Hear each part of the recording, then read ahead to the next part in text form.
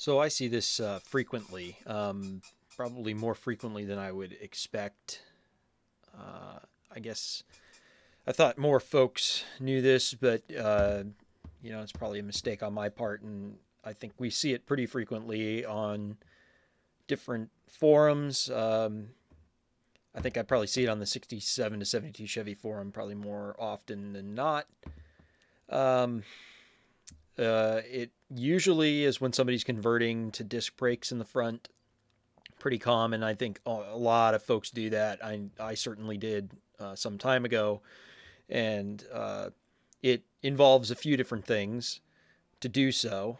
Because our trucks primarily had drum brakes, I think, except for 71, 72. I think the later years of that model uh, might have had front discs, I think. But anyways, drum brakes, they have no proportioning valve. They just have a distribution block. It's even pressure to the front and the rears. When you buy a disc brake conversion kit, a lot of the kits come with the master because it is a different master cylinder, the booster, and frequently the proportioning valve as well. Um, and what happens is the guys go, or folks go and replace the system. They change out the spindles in the front, do the whole conversion, right? And I see all the time, I'm not getting any fluid to the front or the rear. What's going on? Why is there a problem? And there's a lot of folks that know this, and everybody posts it, but it comes up.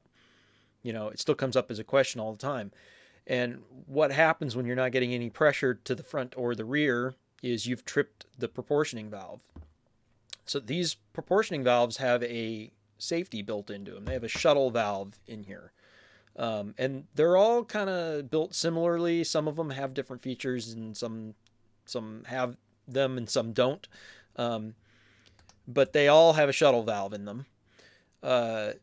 This particular one actually has a reset on the front of it, and I'll explain what that does by explaining what the shuttle valve does.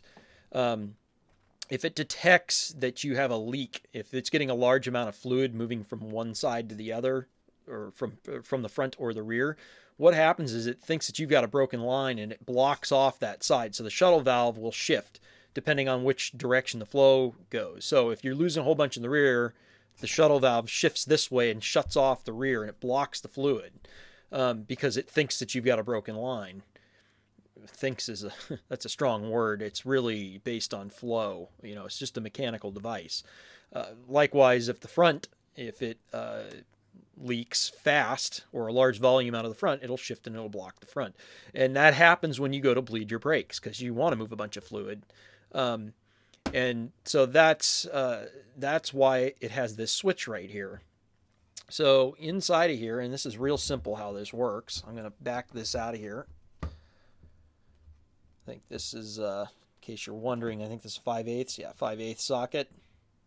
And this one, it looks like it's a little cold, but the O-ring kind of got bound up in there. But anyways, this is just a simple switch that grounds.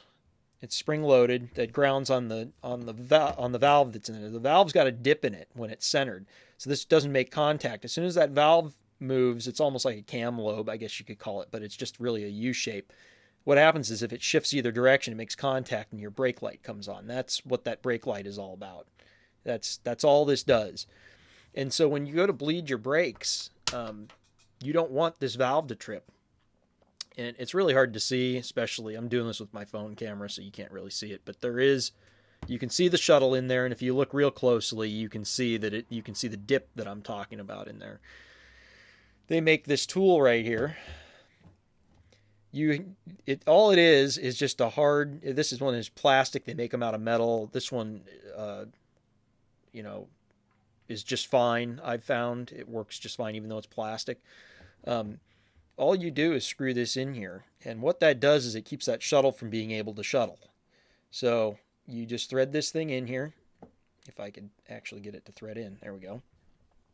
As long as the valve is centered, it's got to be centered. And it'll keep the shuttle from moving back and forth. Real simple. It's a real simple device. I've never really used the one with the front here. I pulled this proportioning valve off because it was for a disc drum, and which is real common. And most of you folks are probably gonna have disc drum. I had a different one on there because I went four-wheel disc, um, and I had a different shuttle valve or a different proportioning valve. And since then, I've changed it again because I went to Hydro Boost. But I didn't really need to use the reset on the front of this. I think it only pushes one direction, but you would press this if it shuttles forward. I'm not sure about when it shuttles back, though. Maybe somebody has a comment on that. But um, I don't ever really use that. I'll tell you what, I've got a real high-tech device here. It's called a test light. I take this thing because it's nice and pointy, and you could use an awl or anything. And I just stick this down in here, and, I shuttle it one way or the other. You could use a small jeweler screwdriver potentially, but it works. That works real well, I found. It's a silly thing to use, but I thought about it I think I had the test light under the hood with me. I said, what can I use to move that? And I just shuttled it over.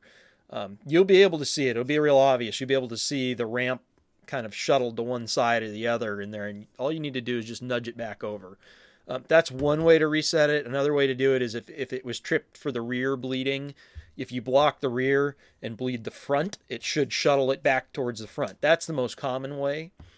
People just bleed the opposite side, but you still kind of need to look and see which way you tripped it, or remember which one you bled when it stopped putting fluid out. Um, so that's just a real quick basic thing on these proportioning valves. It's a safety valve that's built in there that's tripping on you.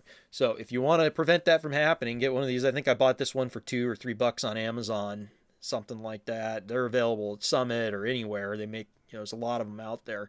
But if you insert this before you bleed your brakes, you're never gonna have that problem. But at least now you know how to reset it if you do get into that situation and what tools you need to get out of it. So hopefully this is helpful to some folks that are converting over to disc brakes. I will say, it makes a world of difference going from four-wheel drum to at least front disc brakes. Makes a huge difference. Even better, I went four-wheel disc when I converted to a 14-bolt on my C20. And even better is a Hydro Boost.